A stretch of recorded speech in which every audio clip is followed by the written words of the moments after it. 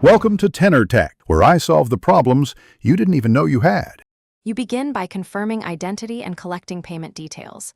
Card number, CVV, expiration, and billing ZIP. Log in now and complete any two-step verification prompts. Once logged in, navigate directly to settings and select billing or payment methods. You do this to reduce friction and avoid session timeouts. Saving these details first speeds the update. Make sure to keep your phone nearby for codes and use a secure network rather than public Wi-Fi while entering sensitive numbers. You now edit or add a payment method. Choose Add Payment Method or tap the existing card to update fields. Enter card number, expiration, CVV, and the exact billing address on file with your bank and include a contact phone number. Once done, mark it as default if you want recurring charges to use it. Make sure to save. The system may prompt for an OTP or email confirmation. Complete that step to authorize the change and avoid future declines or holds.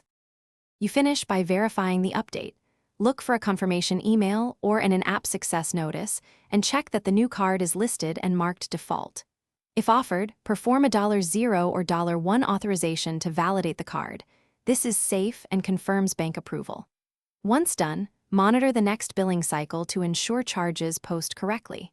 If a charge is declined, retry with exact billing address, clear cache, or contact support with transaction timestamps for faster resolution. Thanks for watching. Subscribe to keep your life in tune.